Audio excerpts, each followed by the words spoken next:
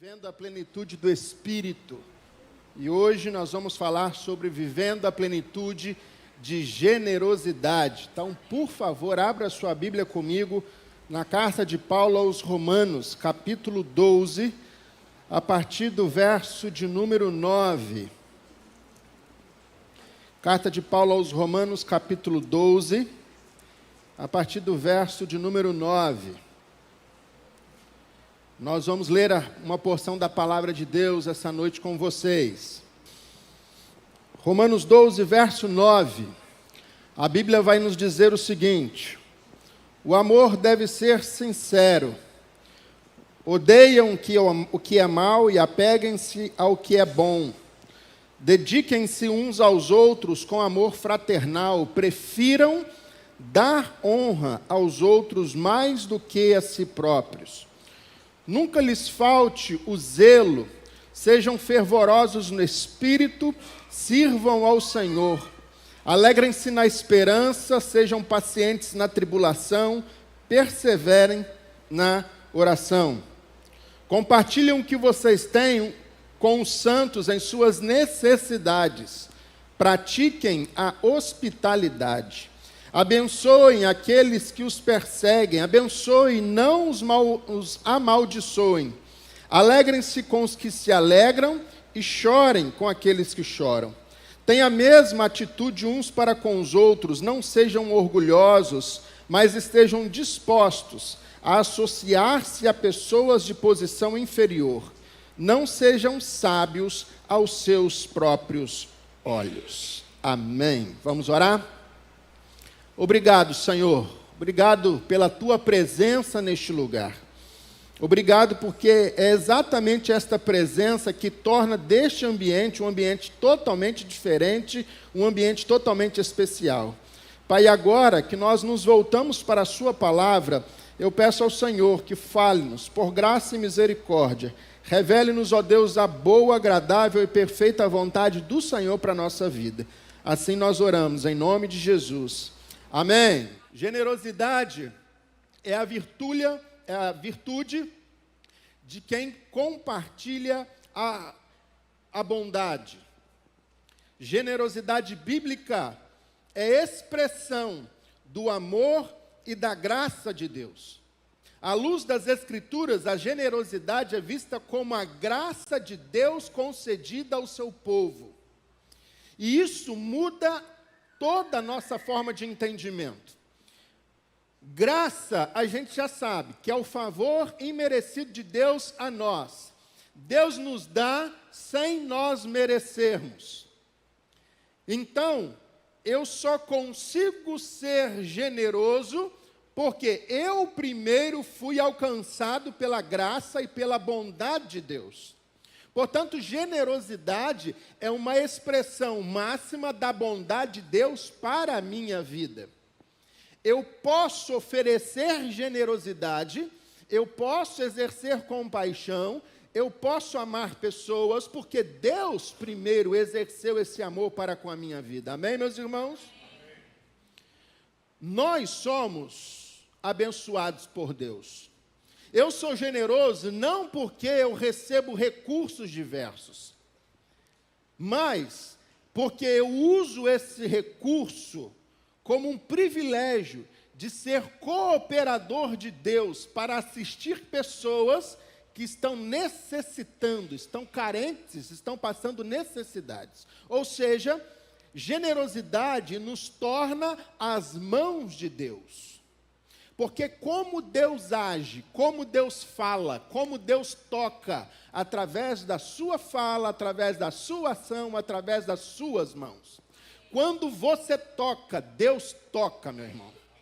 Eu acho que você não ouviu isso não, então eu vou repetir para você se alegar comigo. Quando você toca, Deus que toca, meu irmão.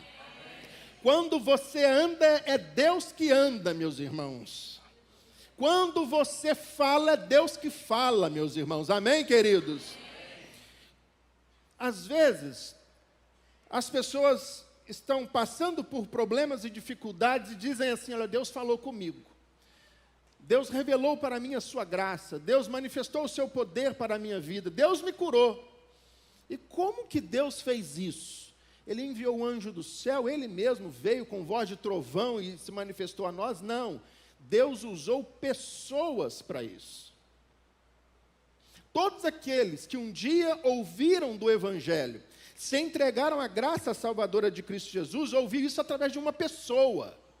Não foi um anjo do céu, até porque os anjos queriam isso, mas Deus não deixou. Porque esse privilégio é só meu e seu. A igreja do Deus vivo, ela precisa alcançar o maior número possível de pessoas, e isso precisa ser feito por dentro e por fora, ou seja, no corpo e na alma. Certamente, você já ouviu, né, quando você abençoou alguém, quando você foi generoso com alguém, a pessoa disse mais ou menos assim para você: olha, que Deus te abençoe, que Ele te dê em dobro. Já ouviu isso? É exatamente isso a ideia do texto. Porque nós somos cooperadores de Cristo. A graça abundante anteriormente, ela é gerada no nosso coração. Nós não somos generosos para receber algo, muito pelo contrário, nós somos generosos porque nós já recebemos algo. Portanto, eu amo porque eu já fui amado. Portanto, eu dou porque eu já recebi. Está todo mundo comigo aqui, amém, meus irmãos? A Bíblia vai dizer, lembrando as palavras do próprio Jesus, diz o escritor de Atos dos Apóstolos: é melhor dar, é maior felicidade em dar do que receber. O amor, ele deve reger os nossos atos de generosidade. O amor é o sistema circulatório de todo o corpo espiritual. Portanto, tudo aquilo que movimenta a nossa vida, a nossa ação de generosidade e de paixão, deve ser advém de um instrumento de Deus usado, e que esse instrumento se chama amor. O amor é que nos impulsiona. John Stott diz que a receita do amor tem 12 ingredientes. E eu não quero destacar esses 12, eu vou destacar só alguns. Beleza? Porque ainda eu tenho que pregar hoje. Só a introdução. Mas ele vai colocar aqui para nós, baseado no capítulo 12, verso de número 9, ele vai dizer para nós que precisa haver discernimento nesse processo. Olha o que Paulo está dizendo, espero que você tenha deixado sua Bíblia aberta. Olha aqui, o escritor de Atos dos Apóstolos, olha o que ele está dizendo. Então, Atos não, eu abri em Atos dos Apóstolos aqui o texto. Romanos, capítulo 12. Ok, desculpa. Olha só o que Paulo vai escrever em Atos dos Apóstolos, capítulo 12, verso número 9. O amor seja sem hipocrisia. Odeiem o mal e apeguem-se ao bem. Portanto, aqui, Paulo está nos dando uma orientação muito interessante. Ele está dizendo o seguinte: você deve amar e odiar na mesma intensidade. Loucura isso, né? Olha o que ele está dizendo: olha, detestai o mal, mas apeguem-se ao bem. Ou seja, você odeia e ama na mesma intensidade. Você odeia o pecado, você odeia aquilo que te afasta de Deus, mas ao mesmo tempo você ama aquilo que te aproxima de Deus, aquilo que abençoa o outro, aquilo que te leva para um outro nível de espiritualidade. Amém, meus irmãos? Portanto, é isso que Paulo vai nos orientar aqui. Não pode ser uma pessoa ranzinza, mas ficar em cima do muro, mas nós devemos nos posicionar. Há uma necessidade disso, e o discernimento vai nos ajudar nesse processo. Eu, sentado aqui embaixo, agora, na hora do louvor, me veio à mente exatamente esse pensamento. Que muitas pessoas têm embates, que elas estão levando esses embates, eu já tenho dito isso para vocês várias vezes aqui, né? Que são embates que nós muitas vezes achamos que são embates naturais e são embates espirituais. Espirituais. Sexta-feira eu tive a oportunidade de pregar na Rádio 88, eu falei um pouquinho sobre isso, né? E tratando até algo que eu já falei aqui para vocês. Crente guerreia, ele corre de joelhos, meus irmãos. Nós avançamos com o joelho no chão, é com vida de oração, é com prática de jejum. A estratégia não mudou. A estratégia continua sendo a mesma. Oração, jejum, palavra e busca pelo Espírito Santo de Deus, meus irmãos. A Bíblia não mudou. A estratégia continua sendo a mesma. Portanto, o John Stott ele vai destacar isso. Há uma necessidade de discernimento. Mas ele ainda fala que há uma necessidade de afeição. Verso de número 10, a parte A. Amai-vos cordialmente uns aos outros com amor fraternal.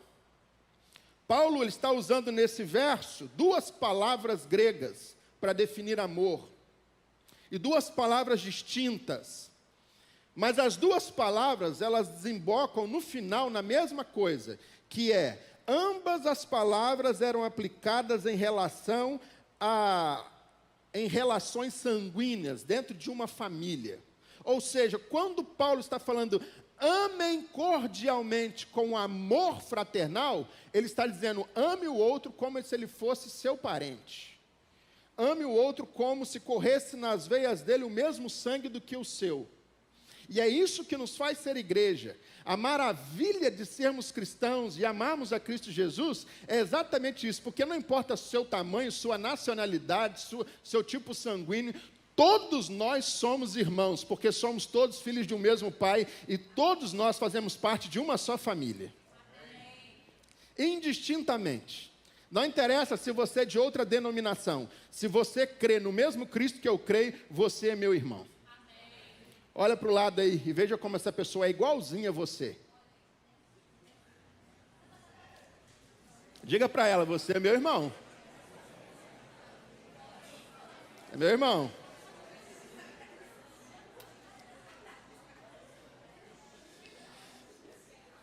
Muito bem.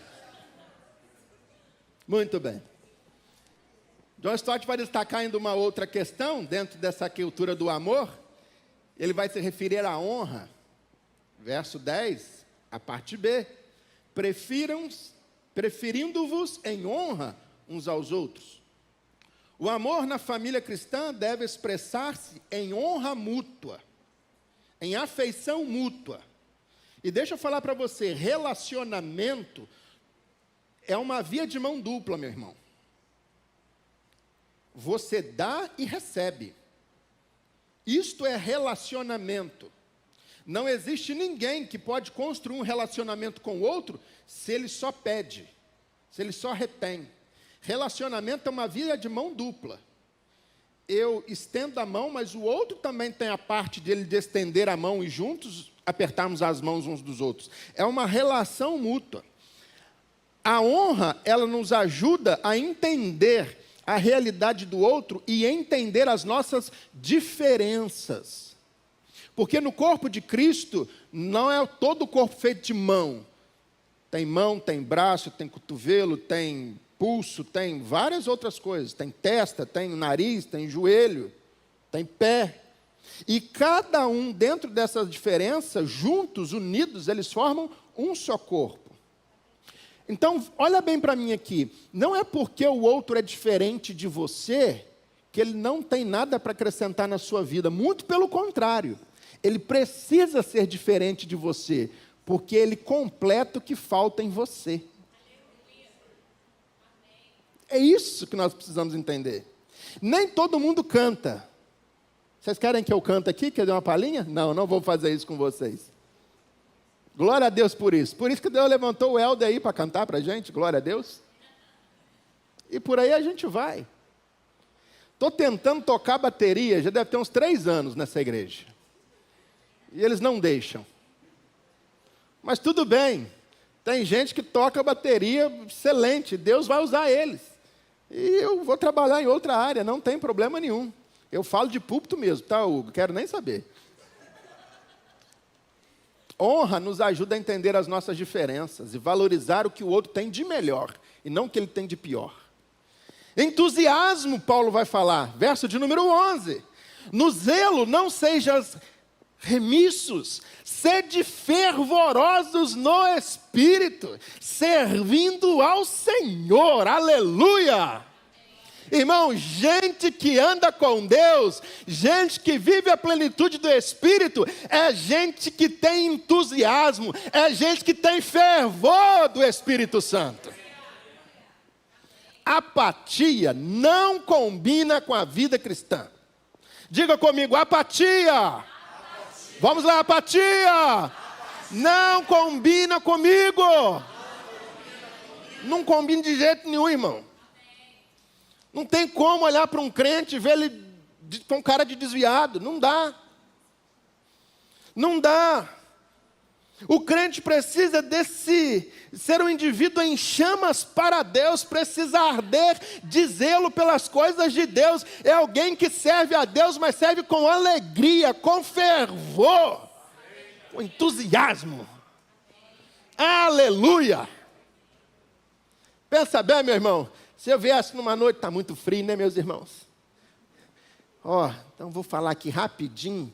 Não, meu irmão, o evangelho que eu estou pregando é o poder de Deus para salvar e transformar a sua vida. Eu creio nisso e eu prego isso com fervor.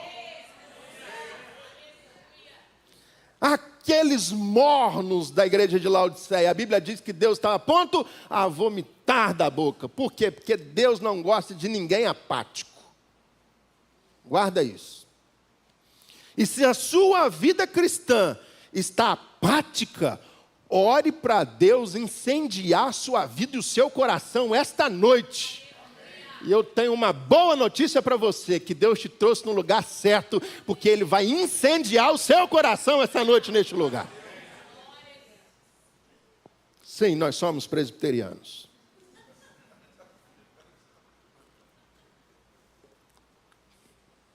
Quinto lugar, generosidade. Olha o que Paulo vai dizer no verso de número 13. Compartilhai as necessidades dos santos. É isso que nós estamos fazendo. O verbo compartilhar aqui é koinonia. O que Paulo está falando aqui é participar da necessidade e do sofrimento dos outros, como repartir os nossos recursos com eles.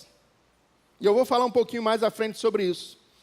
Mas Paulo está introduzindo essa palavra dizendo o seguinte: olha, koinonia não é tomar um café depois do culto, ou antes dele. Koinonia não é um espaço, koinonia é um estilo de vida, que nos leva além desse relacionamento que temos aqui. Por isso que você precisa participar de um GDA, um grupo de aliança, GDA. Um pequeno grupo. Por quê? Porque você precisa ter relacionamento com pessoas. E numa celebração como essa, por mais delicioso que seja participar, nos alegrar, glorificar a Deus juntos, mas aqui a gente não consegue, irmão. Não tem jeito. Generosidade é olhar para o outro, é compartilhar das dificuldades do outro. É quando aquilo causa algum efeito dentro de nós e a gente age em detrimento da necessidade do outro. Sintetizando, eu quero destacar aqui, nesse tempo que ainda nos resta, tem muito tempo ainda, 5 verdades para vivermos uma vida plena de generosidade. Você olhou para o relógio, né, Josi? Vou acrescentar 10 minutos. Primeiro lugar, para vivermos uma vida plena de generosidade, é preciso abrir o nosso coração. Ninguém consegue ser generoso com o coração fechado. Olha o que Paulo diz, vem comigo, verso 9 e 10. O amor de vocês seja sem hipocrisia.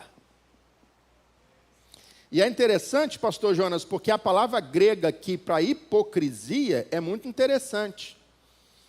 Ela dá a ideia de um teatro. Era uma palavra que era usada para quem participava de dramas, em grupos de teatro naquele momento.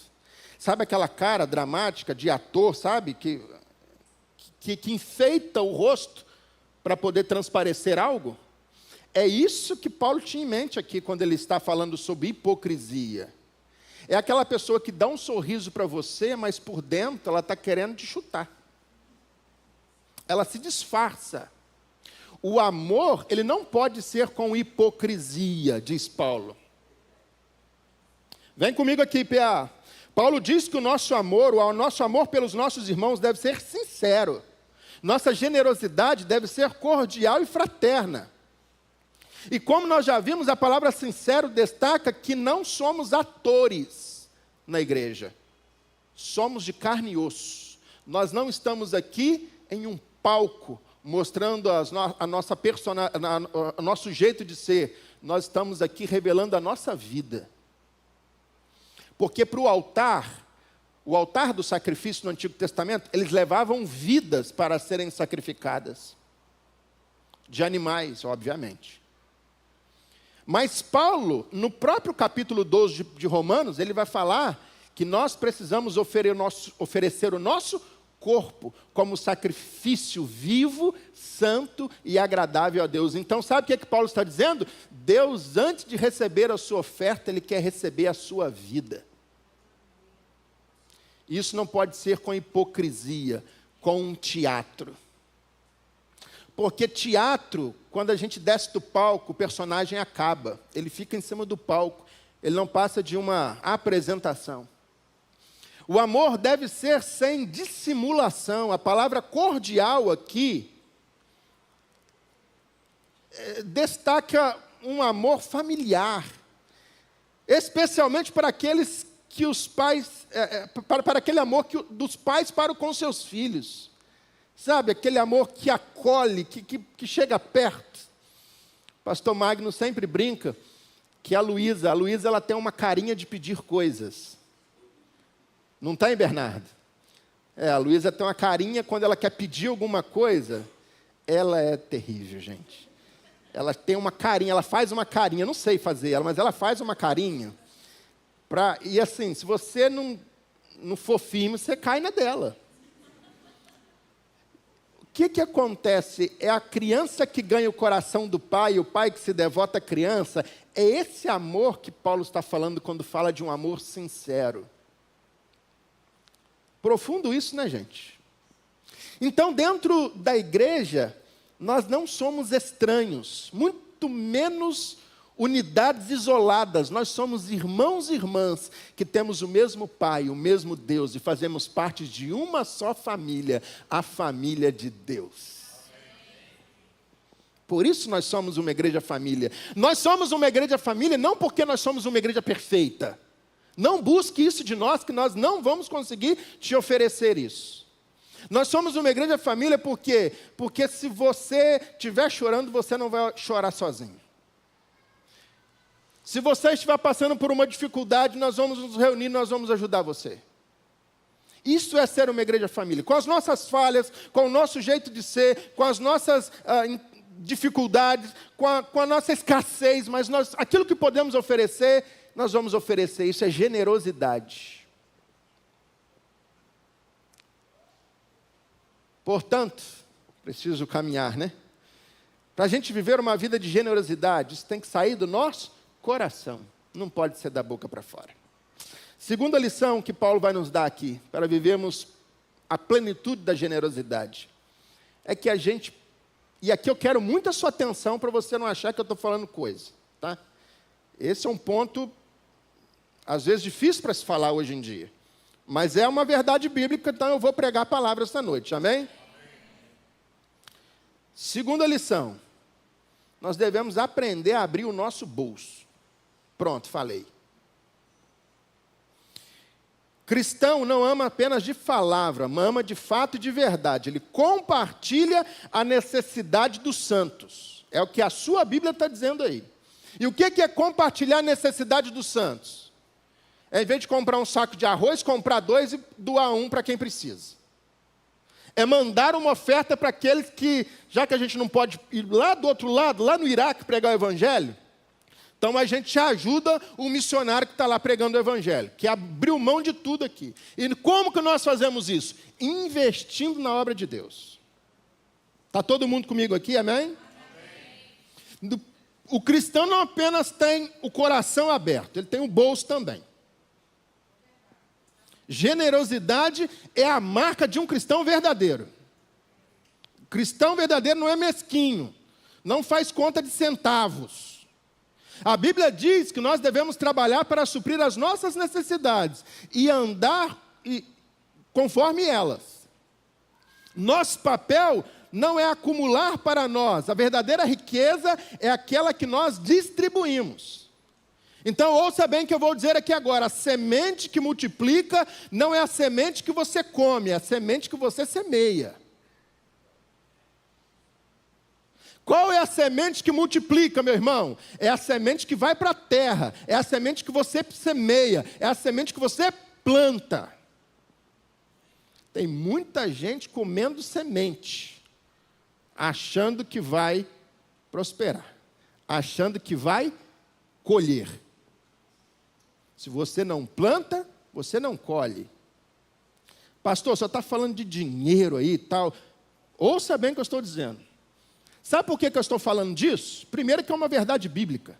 Segundo, é porque o dinheiro, dependendo do lugar que ele tem na sua vida, ele diz muito sobre você. A verdade, dependendo de como você lida com o seu dinheiro, você diz quem é Deus na sua vida, quem manda na sua vida. Pegou a visão, irmão? O dinheiro, ele pode se tornar mamon, que é um Deus, e assumir o lugar do Deus Todo-Poderoso sobre a sua vida. Então a questão não é venda tudo e dê para a igreja. Não é isso que eu estou falando. Não, entregue a chave da sua casa e do seu carro aqui agora que você vai ser feliz. Não é isso que eu estou dizendo.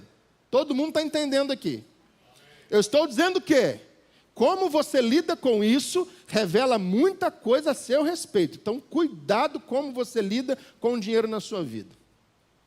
Quando o seu coração não age com generosidade, quando você não se comove, há alguma coisa errada dentro da sua vida e do seu coração. Eu vou em lugares, Priscila e eu, nós vamos em lugares, igrejas maravilhosas, grandes, trabalhos fantásticos. E Priscila e eu, nós temos essa prática. A gente sai dali e fala, eu não tem como sair dessa igreja sem deixar uma oferta. Nós fomos em uma igreja recentemente, uma igreja grande, com muito recurso. E a gente sabe que a nossa ofertinha não ia fazer nem cócegas. Mas não é isso que eu estou preocupado. Eu estou preocupado em fazer parte daquilo que Deus está construindo. E é através dos nossos recursos que Deus nos dá condições de fazer isso. Você que nos visita essa noite, fica tranquilo, tá? Nós não falamos de dinheiro aqui na igreja. Mas eu preciso ser fiel ao texto que eu estou pregando. E a minha Bíblia diz que eu preciso ajudar pessoas que estão passando por necessidade. Não estou pedindo para ninguém tirar e dar e passar um pix para mim.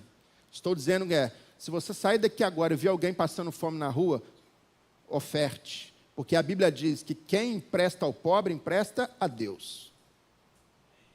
Quando nós retemos, nós estamos impedindo as bênçãos de Deus de chegar na nossa vida. Você ainda não entendeu isso? Que quando você retém, você está dizendo para Deus, não conte comigo para o avanço do Evangelho. Eu não vou participar daquilo que o Senhor está fazendo. Você ainda não entendeu isso?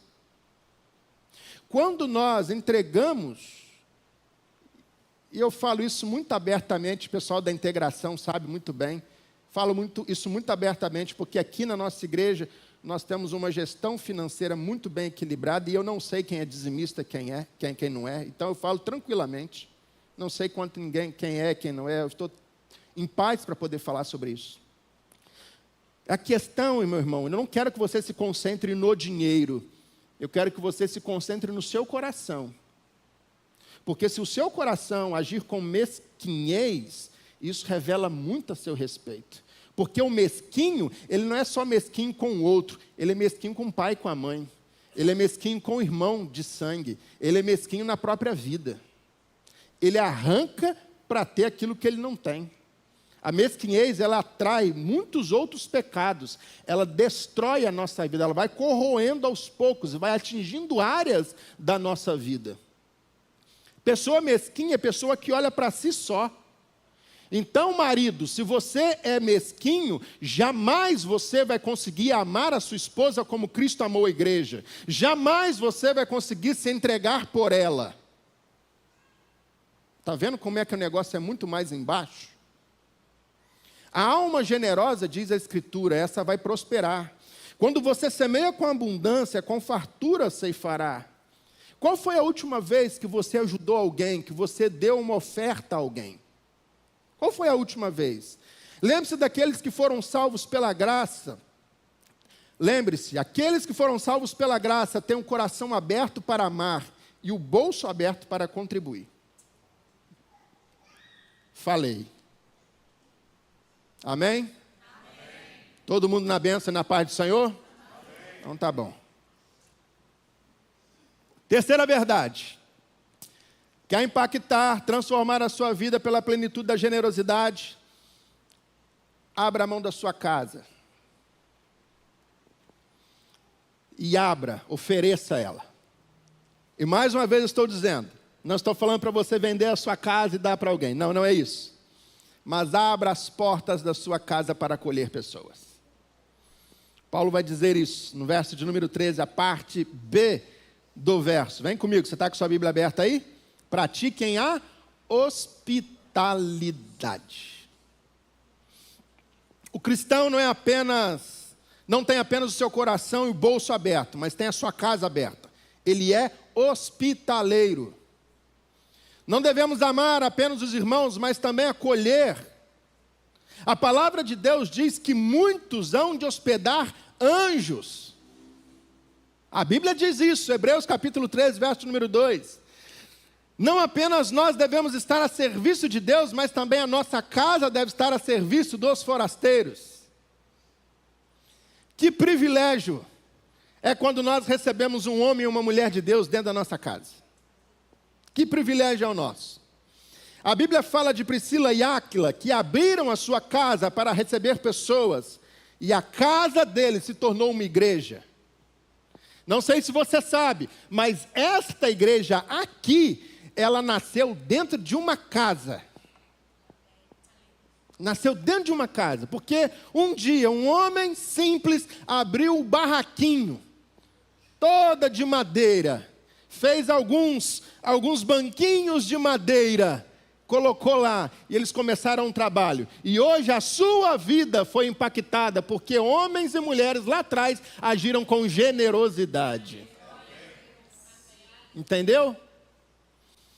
Por isso, às vezes nós encontramos dificuldades em algumas áreas, que a gente não quer ter relacionamento. E eu sei que você já apanhou e já sofreu muito por isso. Eu sei. Eu sei que abrir a casa é difícil. Eu sei que confiar em pessoas é difícil. Eu sei que a gente não pode colocar qualquer um dentro da nossa casa. Eu sei disso.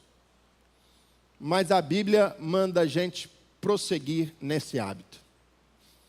Porque com medo, ouça bem, com medo de se ferir novamente, você pode estar deixando de receber amizades sinceras. Com medo de ser pastoreado novamente, porque você foi pastoreado muito mal por alguém que te pastoreou, que não tinha chamado de Deus, mas pelo medo, você às vezes se fecha, e com isso, você fecha a oportunidade de Deus curar coisas dentro do seu coração. Por isso, quando Paulo está falando, abra a sua casa, ou seja, crie relacionamentos, queiram pessoas próximas a você, ele está dizendo o seguinte: olha, o cristianismo é a religião do coração aberto, da mão aberta e da porta aberta. Portanto, tem gente aqui na nossa igreja que estranha quando a gente fala assim, a gente queria ir lá na sua casa fazer uma visita. Ah, mas o que eu fiz? Eu mal cheguei aqui na igreja, já querem... Quando eu chego para alguns adolescentes, falam, vamos bater um papo no gabinete? Que é isso, pastor? O que eu fiz? Estou devendo alguma coisa? Tem uns aí que eu estou precisando conversar, hein? Está fugindo de mim. Muitas vezes, nós estamos perdendo a oportunidade de ser cuidado, de ser amado, de ser pastoreado. Por quê? Porque a gente fecha as portas. Corações fechados, portas fechadas, são um embaraço para a generosidade fluir através da nossa vida. Quarto lugar, devemos, para termos a vida, vivemos a plenitude da generosidade, é preciso abrir nossos lábios, falar. Cristão é um abençoador. Diga para quem está ao seu lado, você é um abençoador. Paulo vai falar que ele abençoa até gente que traz problema para ele. Aqui no grego, que Paulo está falando assim, ame até o seu cunhado. Está nem ouvindo? Brincadeira, não tem nada no grego de cunhado não, tá gente? Por favor. Ele abençoa pessoas. Você é um abençoador. Platão dizia que é melhor suportar o mal do que cometê-lo. A língua do cristão não deve ser fogo e veneno, mas árvore frutífera e fonte que jorra água limpa. Portanto, meu irmão, outra coisa que eu quero chamar a sua atenção aqui essa noite. Me aguenta, por favor, mais um pouquinho. Outra coisa que eu quero falar para você essa noite. O que você fala diz muito acerca de você também. Porque a boca fala daquilo que está cheio o coração. Então, se você amaldiçoa, é sinal de que anda aí dentro da sua vida, do seu coração. Suas palavras são medicina. O cristão deve tornar a vida das pessoas mais suaves com as suas palavras, não um problema. Em nome de Jesus, meu irmão. Mas a pessoa está me perseguindo, ela está trazendo um problema para a minha vida, a sua e a minha Bíblia manda, vocês estão sendo perseguidos, então abençoem. Porque quando você faz isso, você não faz para homem, você faz para Deus. Ele é um encorajador, as suas palavras, elas vão aliviar o fardo, é como azeite na ferida. Palavras verdadeiras, boas, oportunas, encontram graça diante de Deus. Você é um abençoador, meu irmão. Você não está aqui para destruir o sonho de ninguém. Estou pensando em montar isso aqui e tal. Vamos lá, vamos orar e Deus vai estar contigo e... Oh, Senhor amado. Olha que coisa linda. Você está aqui essa noite para ser um abençoador. Quando você chegar no ambiente, as pessoas não podem sair, elas devem ficar. Porque ali chegou um ponto de luz, ali chegou alguém que vai trazer uma bênção, alguém chegou ali para dar uma palavra de esperança, para poder acreditar no seu sonho. Meus amados irmãos, nós somos uma igreja que acredita nos sonhos, que acredita nos planos, que sabe que Deus tem algo melhor e maior para a nossa vida, meus irmãos. Nós não somos daqueles que retrocedem. Jesus não respondeu ultraje com ultraje. Homens cuspiram nele, arrancaram sua barba, bateram seu rosto, cuspiram nele. Mas mesmo assim, na cruz ele diz, Pai, perdoa-os, porque eles não sabem o que estão fazendo. E aí você vai falar assim, Pai pastor, mas é Jesus, é lógico que ele ia fazer isso. Jesus não tinha como não falar isso. Atos, capítulo de número 7, verso 60, tinha um outro, chamado Estevão, diácono da igreja, homem cheio do Espírito Santo, morreu apedrejado, primeiro mártir da igreja, e quando ele está recebendo as pedradas, ele fala a mesma coisa que Jesus fala, Pai, perdoe, porque eles não sabem o que estão fazendo. E gente que tem o coração limpo diante de Deus, é gente que vê céu aberto, mesmo recebendo pedradas. Porque o mesmo Estevão que estava recebendo pedradas, ele olha para o céu e vê o céu aberto, aleluia, meus irmãos. Então a questão não são as pedradas que jogam em você, mas o que determina, o que sai da sua boca, vai determinar qual é a sua visão diante das pedradas. Estevão não via pedras, ele via céu aberto.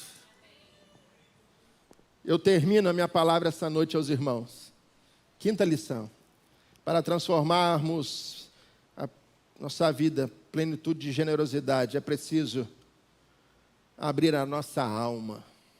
O cristão não é um solitário, ele é um solidário.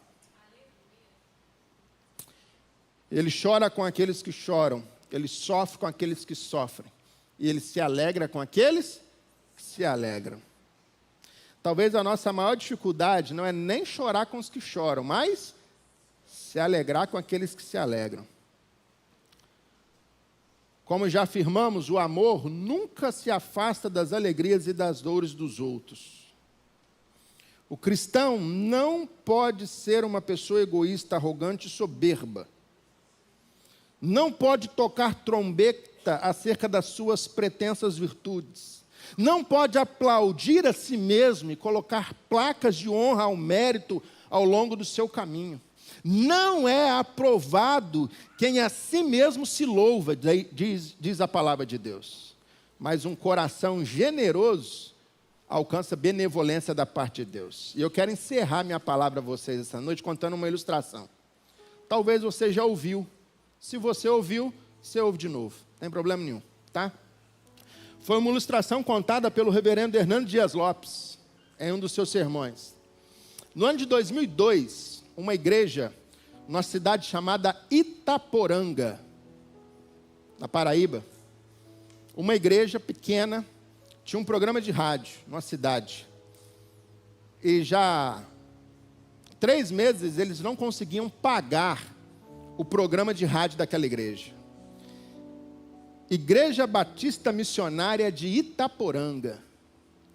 E o pastor chegou domingo à noite e falou: meus irmãos, a gente está inadimplente com um programa de rádio, então nós vamos precisar encerrar o trabalho. E a gente não queria fazer isso, porque o nosso programa de rádio já é antigo aqui na nossa cidade, e ele abençoa tantas pessoas, que a gente queria continuar, só que a gente não tem recurso financeiro para isso. E aí, lá no meio do auditório, estava sentado um casal de idosos, Dona Lourdes e o seu Tote. Eles estavam sentados e ouvindo o pastor falar. Eles eram meeiros, eles moravam na roça, então eles vinham e voltavam a pé para a igreja.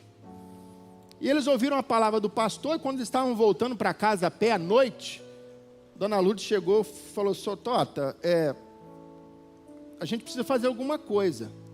Aí o Tota virou-se para a Dona Lourdes e falou: dona, mas a gente não tem dinheiro, a gente é meieiro, a gente não tem condição nenhuma. Nossa casa é de terra batida, como é que a gente vai fazer?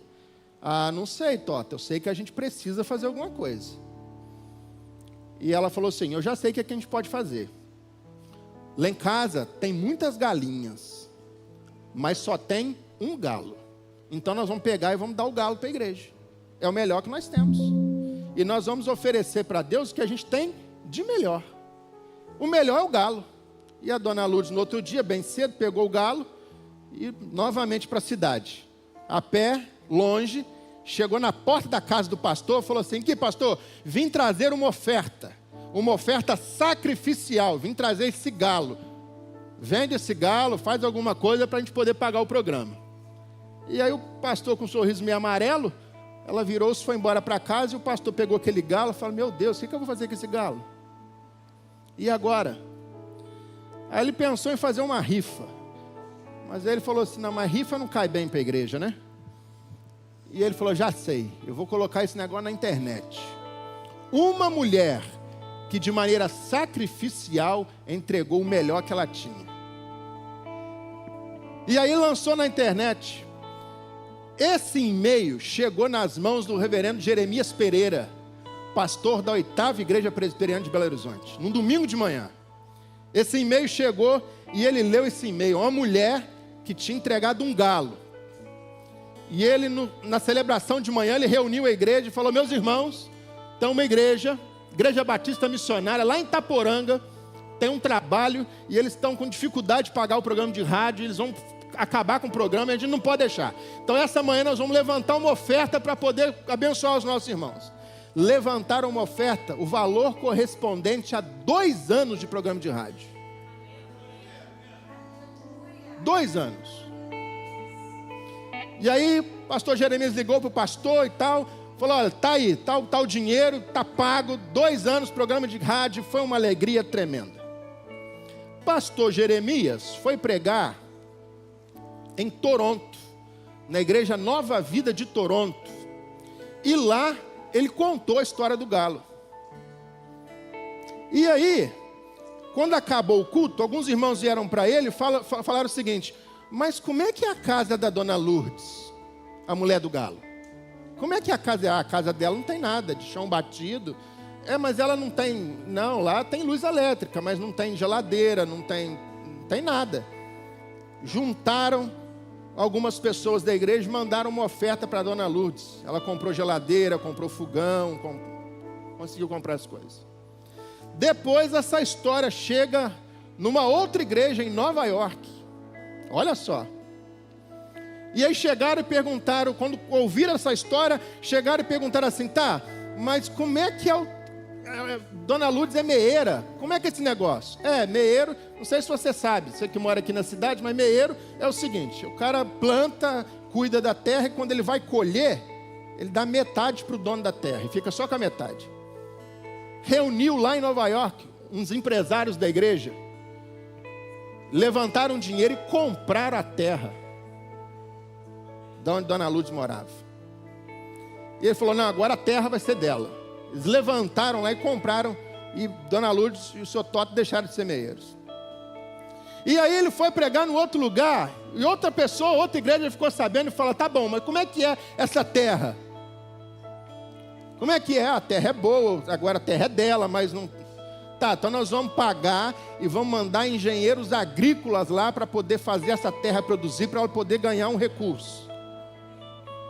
E foram pagar, e a terra... E aí ele foi pregar esse sermão num outro lugar.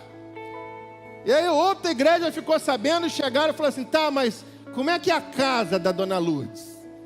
Agora o terreno é dela, já está produzindo, já está plantando, mas ainda é uma casa de chão batido, simples. Não, vamos derrubar essa casa e vamos construir uma casa nova, linda, e vamos mobiliar essa casa.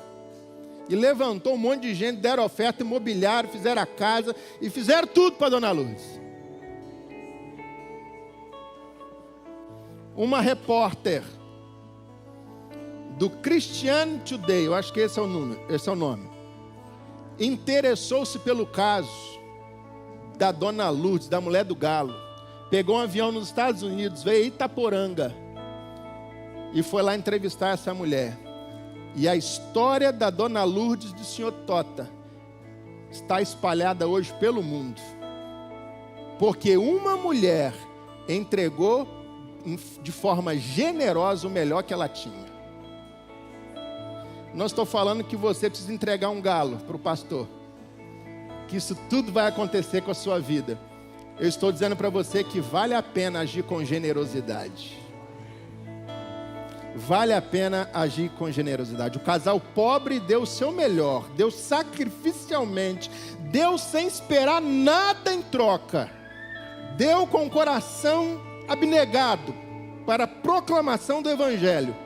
E Deus honrou aquele casal e multiplicou a sementeira deles. Muitas vezes, bênçãos de Deus são retidas sobre a sua vida, porque você está comendo a semente. Essa noite, eu convido você a entregar aquilo que você tem de melhor para Deus. E o melhor que você pode entregar para Deus essa noite é a sua vida, permitindo que Jesus more dentro do seu coração. O melhor que você pode fazer hoje é voltar para a igreja, você que está afastado dos caminhos do Senhor.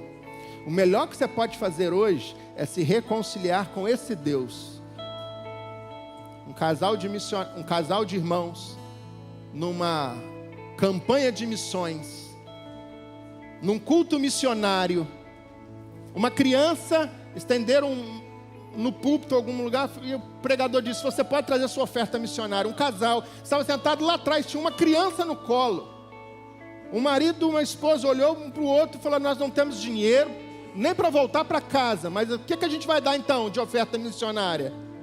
E ambos foram audaciosos, pegaram aquele bebê, o filho deles, o bebê que estava no colo, levou diante do altar e colocou a criança em cima do púlpito e fala: Senhor, está aqui a nossa oferta, está aqui o nosso melhor. E hoje ele é um grande pregador do evangelho nessa nação. Qual que é o seu melhor? O melhor da dona Lourdes era o galo. O melhor desse casal era o filho. Qual que é o seu melhor? Você precisa dar isso para Deus de maneira generosa.